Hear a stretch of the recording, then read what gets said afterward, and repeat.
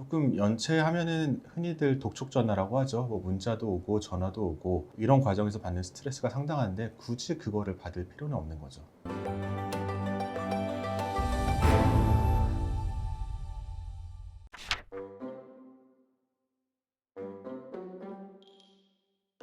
변호사님, 회생 파산 신청하면서 이런 고민하시는 분들도 많으실 것 같아요. 어떤 상태에 있는 게 조금이라도 더 유리할까? 뭐 이런 고민 많이 하실 것 같은데 연체금이 있는 경우가 좀 더 유리하다 뭐 이런 말들이 좀 있는데 어떤가요?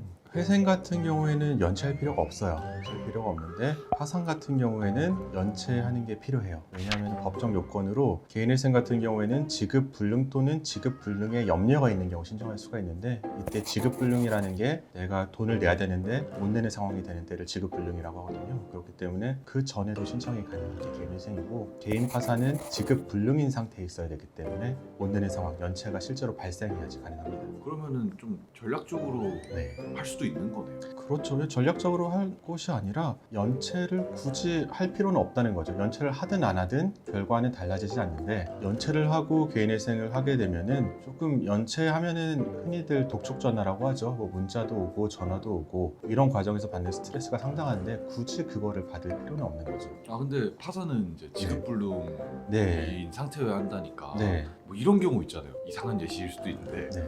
어떤 사람은 식비를 네. 한 달에 한 3, 40만 원씩 먹어요. 네. 뭐 얼마 안 먹는 거잖아요. 네. 밥을 정상적으로 먹고 네. 돈을 못 내는 경우가 있는데 어떤 네. 사람은 굶어요. 굶더라도 내가 빚은 내겠다. 네. 한 달에 막 3만 원, 4만 원씩 먹고 네. 돈을 내고 있어요. 뭐 이런 두 케이스가 있잖아요. 그러면은 그러니까 지급 불능인 걸로 본다는 게 결국은 뭐 빚을 못 갚고 있다라는 네. 게 지급 불능 사유잖아요. 네. 예. 근데 보면은 어떤 사람은 밥을 굶어서라도 지급을 하고 있어요. 어떤 사람은 밥 먹을 건 먹고 아, 네. 돈을 못 내고 있어요. 네. 근데 지급 불능인 건 사실 똑같잖아요. 똑같죠. 네. 근데 법원에선 그러면 어쨌든 돈을 못 내고 있는 사람을 좀 더 네가 진짜 지급 불능이구나 이렇게 본다라는 거예요. 그렇죠. 밥을 굶으면서 돈을 내는 사람은 지급불능 상태가 아니죠. 그러면은 밥 먹을 거 드시고 그냥 연체 하시는 게 낫다. 지금 말씀이 약간은 좀 리터럴리 문어적으로 해석을 하신 것 같은데 실제로 개인회생을 가게 되시는 분들을 보면은 그렇게 뭐 사소한 사유는 아니고 정말 열심히 갚으려고 노력하다가 도저히 못 갚겠다 싶어서 이제 파산 신청을 하시는 분들이 많기 때문에 말씀하신 사례에서는 약간 부당하게 볼 수 있지만 실제로는 그렇게 부당한 결과가 발생하지는 않습니다.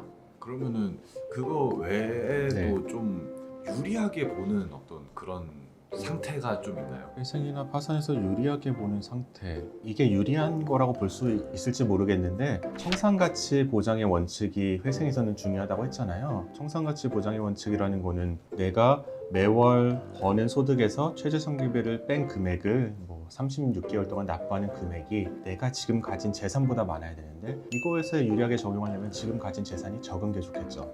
지금 가진 재산이 적으면 적을수록 적게 변제하면서도 면책될 확률이 높아지는 겁니다. 항상 그렇다고 할 수는 없지만. 그리고 파산 같은 경우에는 아무래도 내가 회생을 할 수 없기 때문에 파산으로 돌리는 경우가 많거든요. 특히 법원은 파산 신청을 하더라도 회생이 가능한 사람으로 판단되면 회생으로 돌리게 합니다. 이때 회생이 가능하다고 하는 것은 뭐냐면은 이 사람이 지금은 일을 안 하고 있지만 몸 상태가 건강하고 얼마든지 일자리를 구할 수 있어서 최저생계비 이상의 소득을 얻을 수 있다고 판단되는 경우예요.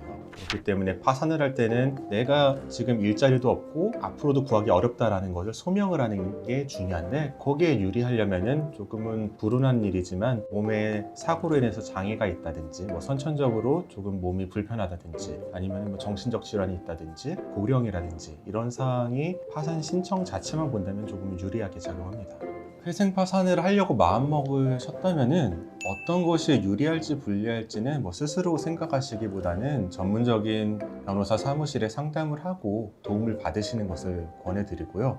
자신이 처한 상황이 개인 파산이나 개인 파산을 해야 할 상황이다 라고 생각을 하신다면 지금 상황은 굉장히 심각한 상황이실 테니까 대부분의 경우에는 연체가 없더라도 물론 파산의 경우에는 지속적인 연체가 있었겠죠. 그런데 회생의 경우에는 연체가 없더라도 상담을 받아보시고 내가 개인회생 자격이 된다면 가능한 한 빨리, 추천드리는 것은 독촉 절차가 워낙 채무자에게 괴롭기 때문에 채무자가 고통스러워하기 때문에 독촉 받기 전에, 연체하기 전에 미리 개인회생 신청을 하시는 것을 권해드립니다. 네, 감사합니다.